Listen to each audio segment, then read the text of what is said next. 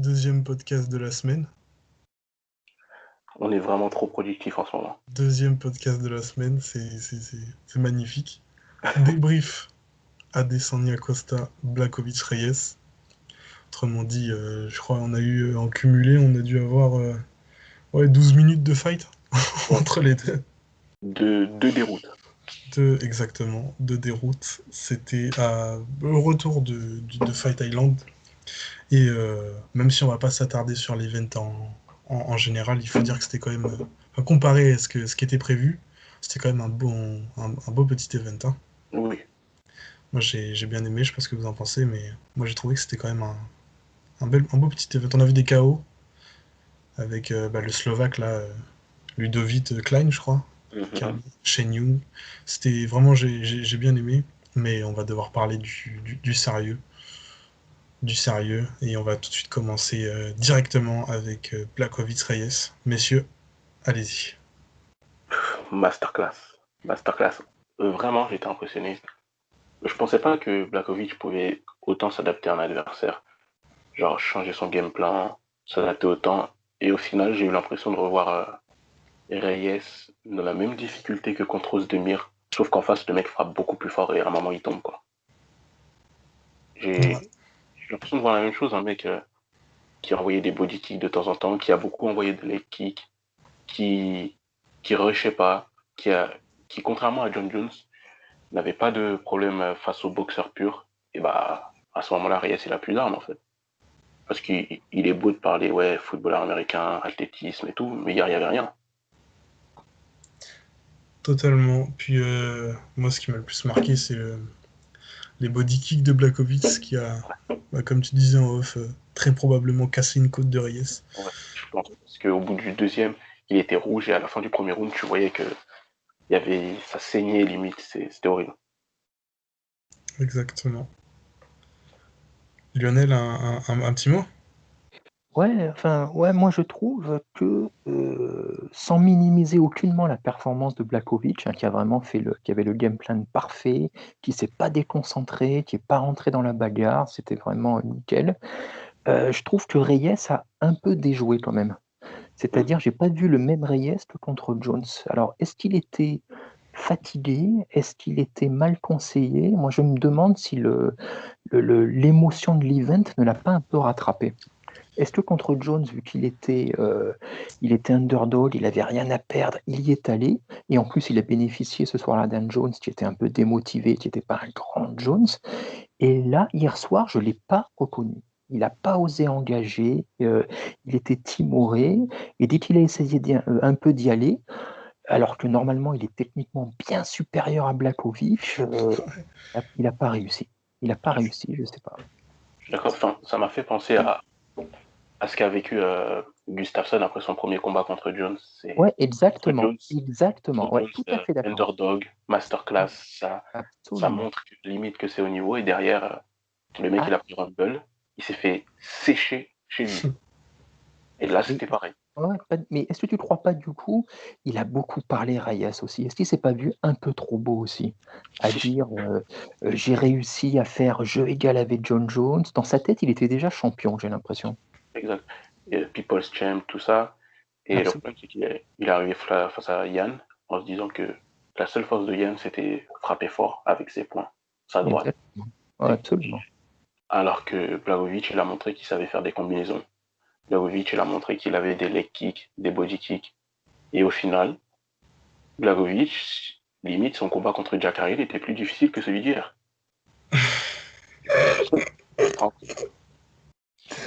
Parce que ceux qui n'ont pas vu le combat contre Jacare, moi je pense on peut difficilement faire pire comme purge.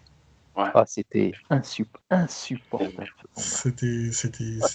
Mais Lionel, tu disais qu'il était mal conseillé, et moi je suis assez d'accord sur ça parce que, comme je disais, c'est un mec, c'est Reyes qui a ramené, je crois que c'est trois frères dans Les son trois frères, ouais. corner. Exactement. Au bout d'un moment, quand tu prétends à être un champion, c'est très compliqué d'avoir un corner familial parce que ils ont pas assez de recul en fait pour bien te conseiller. Ouais, c'est possible, tout à fait. Parce Ouais. que t'es quand même leur frère et ils vont pas donner des directives assez posées Absolument. pour pouvoir rebondir. Et là, je pense Ouais, que ça s'est vu. ouais, ça peut peut-être marcher avec quelqu'un. Il faut avoir le caractère pour. Mais visiblement, Reyes, de ce que de ce qu'il émane de lui, il a l'air quand même assez sûr de lui, on va dire, et je ne sais pas si c'est le genre de gars qui se laisse facilement contredire, surtout Je pense.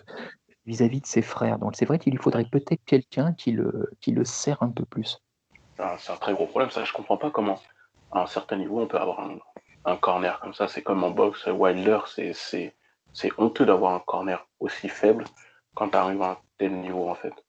Parce que c'est bien beau de dire, ouais, on met nos frères et tout. Par exemple, les frères Diaz, ils ont beau être frères, ils se permettent pas de se coacher l'un et l'autre, tu vois. Hmm. Ils ont un head coach, ils ont un coach de boxe, ils ont un coach de jiu-jitsu. Certes, ils se concertent, ils se donnent des conseils, mais ils se permettent pas de coacher l'un et l'autre. Et no offense à Dominique Reyes, mais Nick Diaz en termes de MMA, c'est quelque chose au-dessus, tu vois, il se permet pas d'être coach, donc je sais pas pourquoi Reyes se permet de ramener ses frères au lieu d'aller dans un vrai camp et faire quelque chose en fait, tu vois, ça va être les mêmes erreurs que Tony Ferguson. Bah déjà, et puis tu parlais des frères Diaz, généralement quand Nick combat, il y a Nate dans le corner, et quand Nate combat, il y a Nick dans le corner, sauf que ils sont pas dans le corner à titre de coach en fait. Non, Ils sont juste là pour calmer l'un l'autre, parce que c'est c'est très ça. difficile de calmer un Diaz quand t'es pas un Diaz.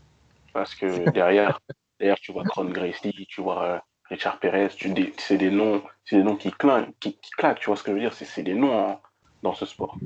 Alors que Reyes, après ce qu'il a fait justement, il aurait dû chercher à aller dans un camp très sérieux. Et c'est pas ce qu'il fait. C'est, comme je dis, c'est exactement la même erreur que Gustafsson qui, malgré ce qu'il a fait, il est resté dans un camp entre guillemets moyen et ça l'a perdu. Mais tu sais, moi, le coach qui me ferait rêver pour Dominique Reyes, C'est ça. Rafael Cordero. Tu penses? Oh putain. Bah, Reyes, c'est un putain de boxeur.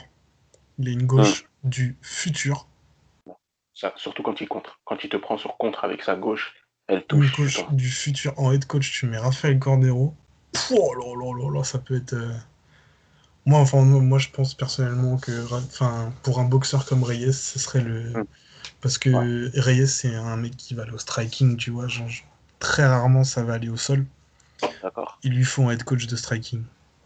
Hum. De Rafael Cordero, là, ça peut être n'importe quoi. Parce qu'au début, j'ai pensé à Firas, mais je me suis dit que ça servait un peu à rien. Parce que Firas, c'est pas un mec qui perd son temps, hein, on l'a bien vu avec Johnny Walker.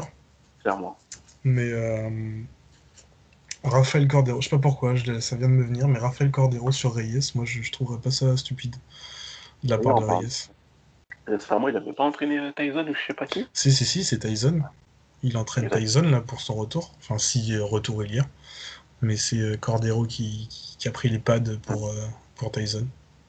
Et je crois qu'à un moment, il y a Benel Dariush aussi qui est allé s'entraîner avec lui, donc c'est dire quoi. C'est du très haut niveau en striking, Et, de toute et façon. on a Donc, vu ce que Darius y fait. ouais. Bah, il commence à l'ouvrir un peu trop là, mais c'est le jeu. Ah ouais, ouais, ouais. Mais, euh, mais voilà. Mais ouais, donc du coup, une leçon de la part de Jan Ouais. Blachowicz qui a totalement mérité sa ceinture. Ouais, puis Et en puis, plus, ça fait plaisir, quoi. C'est l'underdog. Le type est super sympa. Il dégage vraiment quelque chose de. Je trouve ça se voit qu'il a confiance en lui, mais il n'est pas arrogant. Il arrive à rester Ouais, exact. sympathique. Puis ça fait tellement longtemps qu'il est là, quoi. C'est vraiment le gars qu'on n'attendait pas, quoi. L'outsider parfait, parfait. Même John Jones l'avait tweeté, il avait mis exactement, c'est ce que j'allais dire. Ouais, ouais. il est content parce que c'est un bon gars. Ouais. Bah, et surtout, c'est qu'il nous fait un premier tweet. Mais est-ce que les gars, ça vous dérange si je reviens vite fait en light heavyweight pour reprendre ma ceinture? Et après, je pense que Dana l'a appelé et lui a dit enfin, t'arrêtes tout ça, et puis tu dis que t'es content parce qu'il était très humble, quoi.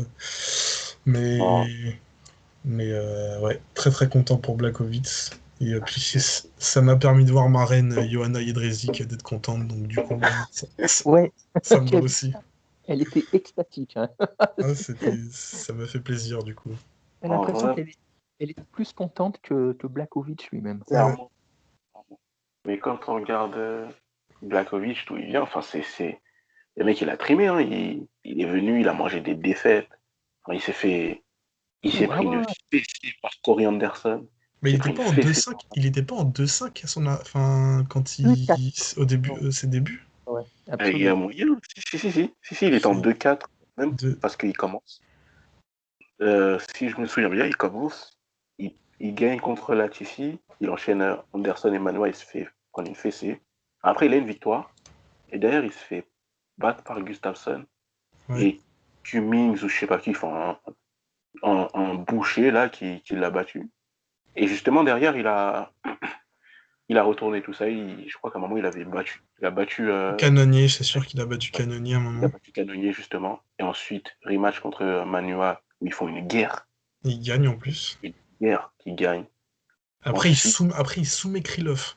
exact. J'avais oublié ça. Il soumet Et il perd Krylov. après, il perd contre Maretta. Mais Ouais. gros combat aussi.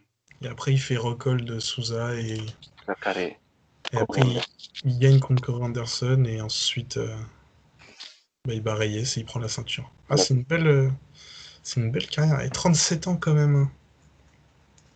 Ouais. exact. 37 ans. 37 Bravo. ans, il rentre dans son prime. Donc, bravo Yann. Ouais, Bravo. bravo. Ah, C'est bravo à lui. Mais du coup, vous voyez quoi pour la suite alors? Parce que c'est vrai que maintenant que Jones est parti, cette catégorie, elle euh, sent à la fois Mareta.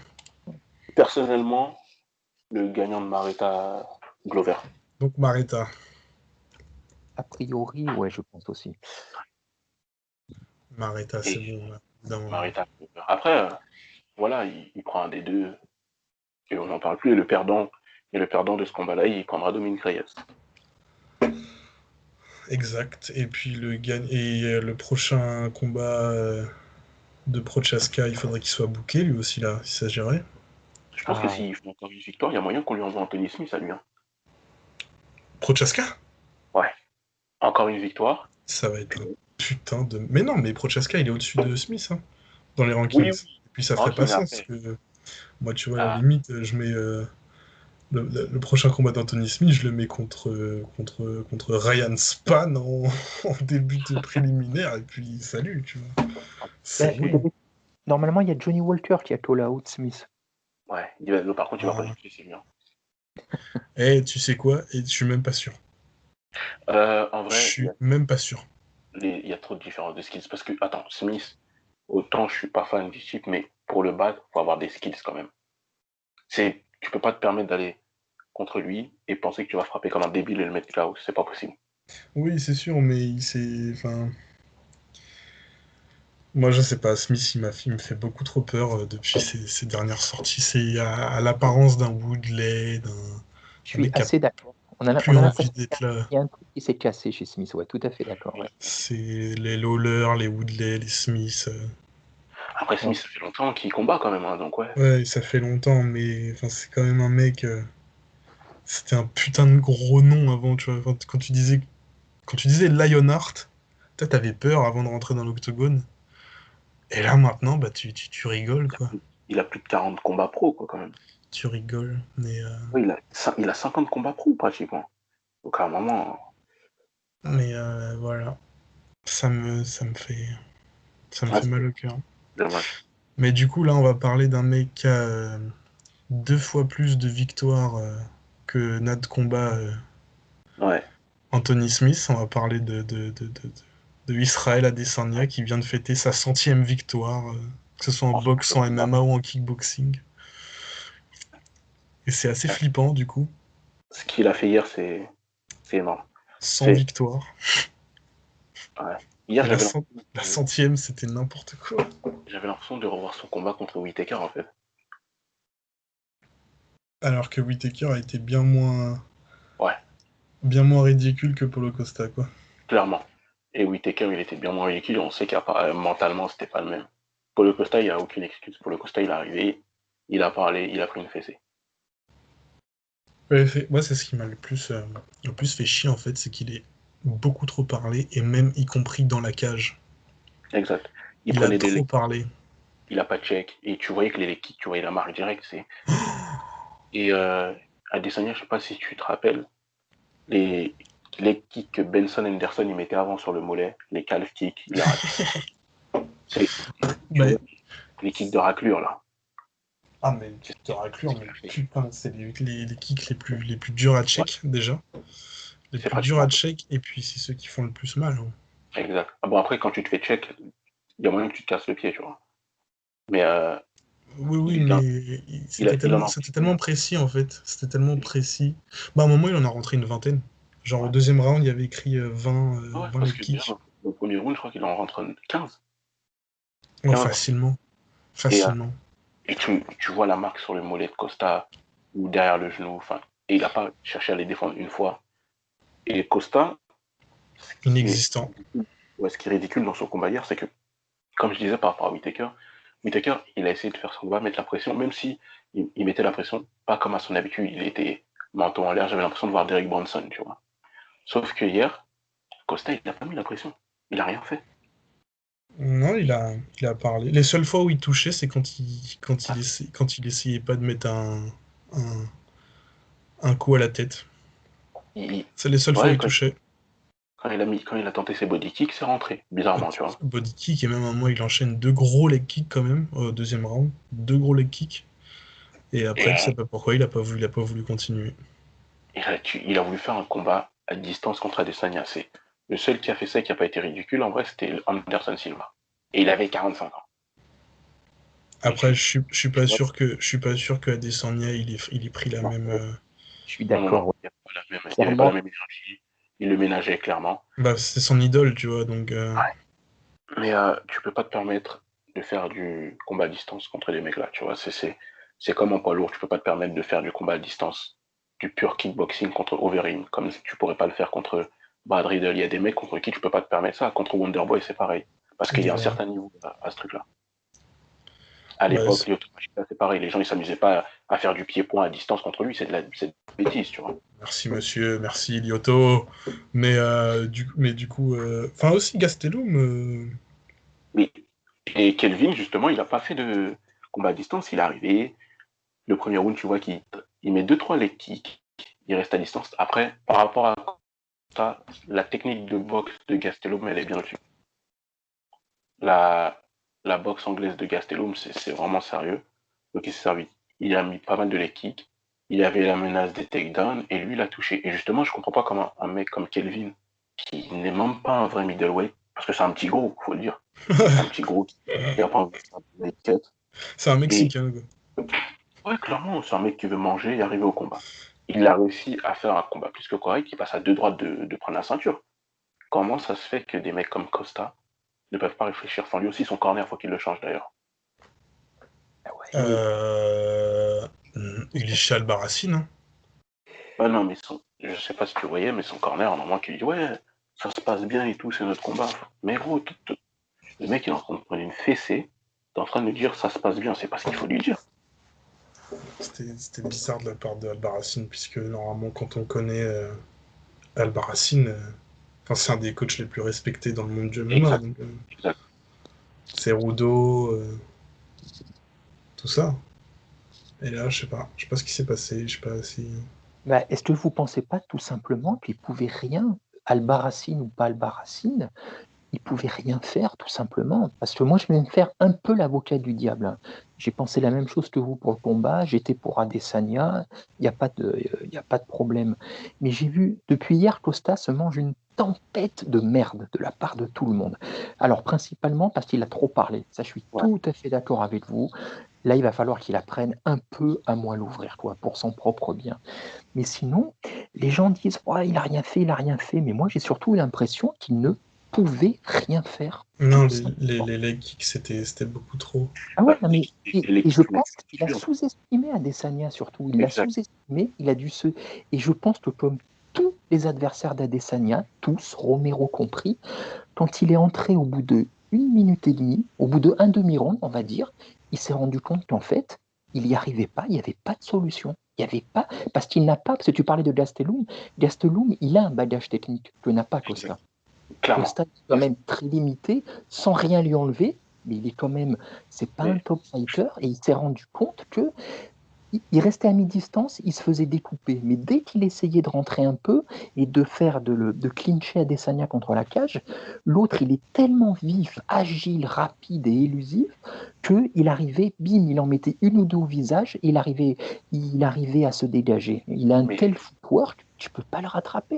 Et j'ai justement, l'impression qu'au bout de un round, il était déjà, il savait plus quoi faire en fait. Il n'avait pas de solution. et justement, c'est là où je dis que le corner est problématique parce que Eric Albarracine, quand Cerudo, je me souviens, il prend Demetrius Johnson, intrinsèquement, on va pas se mentir, il y a un écart entre Demetrius et Cerudo. Sauf Et que, Demetrius et les autres. clairement, entre Demetrius et les autres, techniquement, il n'y a personne qui peut parler avec lui, tu vois. Mais Albarracine, il a réussi à mettre Cerudo dans le combat, lui, lui dire clinch, essaye de lutter, fais ceci, fais cela, et il a réussi à changer la physionomie du combat, même si pour moi à la fin il ne le gagne pas. Cerudo n'était pas Non, ridicule. mais oui, non, Sauf que, je suis d'accord, mais juste, attends, excuse-moi, mais quand même, tu peux pas comparer Cerudo et non, Costa. Cerudo, tu lui non, dis ces trucs, il est capable de le faire. Costa, je pas suis le pas certain qu'il en tranquille. soit capable. Et, et en fait, c'est là que Costa, il voit aussi que il est très jeune dans ce sport, parce qu'il a que 13 combats pro. Absolument. Alors que Israël, même si il a 20-0 en MMA, peut-être, mais derrière, il a je ne sais combien de combats pro derrière. Tu vois, il a du kickboxing, le mec il a combattu au Glory, donc tout ce que tu peux faire de mieux en sport de combat, il l'a fait. Et à un moment, ça se voit, à un moment, il y a un niveau. Il y a des différences dans ce truc-là. Et Costa, il est encore trop jeune dans le sport. C'est exactement la même chose que Darren Till, en fait. Jeté trop tôt Oui, au, un peu, au ouais, mec ouais. qui la catégorie. Et là, Un- la physique qu'il a pris, il va falloir qu'il s'en relève. bah, Bah, d'autant putain. plus que pour moi, en fait, à la fin, il abandonne. Pour moi, c'est quasiment un abandon, en fait. Il laisse tomber. C'est mentalement que ça flanche. Il était touché, bien sûr, mais il aurait pu continuer. Et moi, ça m'a vraiment donné l'impression, c'est comme il avait compris que de toute façon, ça ne changerait rien. Même si ça durait 5 rounds, il ne trouverait pas la solution. Mentalement, il a été brisé, ça se voit. Il a même pas contesté le stoppage, rien. Absolument. Alors Ouais, qu'en parce fait, que pour moi, le stop, juste désolé Lionel, pour moi, le stop, il est extrêmement bizarre. Il est atroce. Il est Mais atroce. c'est comme si Herzog avait compris ce que vous disiez, c'est que pour moi, Costa, il était brisé mentalement, et Jason Herzog a dû comprendre la même chose quand il l'a vu aller au Exactement. sol. Parce Il s'est que dit, ouais, je vais stopper là parce que. quand je vois le Adesanya Gastelum, quand Gastelum il tombe, là il y avait des moyens d'arrêter le combat, mais l'arbitre c'était Miragliotta, je crois, non? Ou je sais plus. Euh, Miragliotta ou Herbdin, qui le mec il a même pas arrêté le combat parce qu'il voyait qu'en face Gastelum il était prêt à laisser sa vie dans c'est la Dean, cage. je crois. Ouais. Il a pas arrêté parce que Gastelum aurait laissé la vie dans la cage. Hier, Costa il était pas prêt à faire ça. Non, pas du tout. Et d'ailleurs c'est pour ça qu'après quand ça parlait et tout, il a dit qu'il prendrait Jared Cannonier. Et pour moi ça ce serait un vrai match-up. Bah, il a surtout dit que Canonier allait fumer Whittaker. Ouais. S'il fumait Whittaker, il allait lui donner, bah, Canonnier, ici, ça pourrait être un vrai match-up. Et là, en fonction des dégâts que va prendre Canonier face à Whittaker, Exact. on peut avoir un match d'Adesanya très tôt en 2021. Hum. Parce que là, il a quasiment pris aucun dégât contre Non. Costa. Et le Canonnier, déjà par rapport à Costa, il sait tenir un game plan et lui, il est les kicks, il les envoie. Il est check surtout. Enfin, et puis c'est un mec qui peut aller contre la cage, qui peut aller au sol, qui peut aller debout. C'est un mec super complémentaire. Et c'est un mec qui, en termes de puissance physique, par contre, pour le coup, comparé à Costa, c'est pas de la gonflette, il est vraiment plus fort. Allez. C'est un mec qui, bon, il vient des heavyweight quand même à la base. Mm. Mais pour revenir un peu sur le Costa Adesanya, C'est très masterclass d'Adesanya, franchement, il n'y a rien à dire, c'est un génie. Mais déçu de Paulo Costa. bah, après, pour être déçu, il fallait attendre quelque chose, tu vois. Hum. Et Ouais. dans la preview, on n'était pas.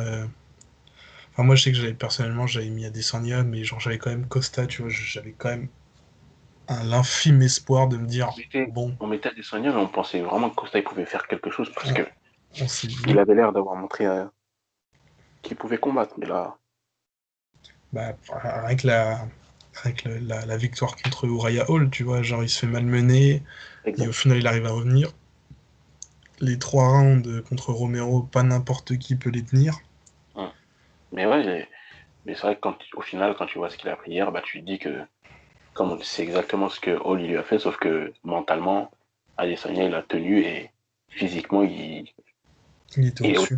ouais, Il était physiquement au-dessus. Adesanya il a pas planché comme Hall parce que Hall il mettait des jabs, mais il restait un peu dans la ligne de mire, il bougeait pas, il n'envoyait pas de leg kick. Et Adesanya, son plan il était parfait.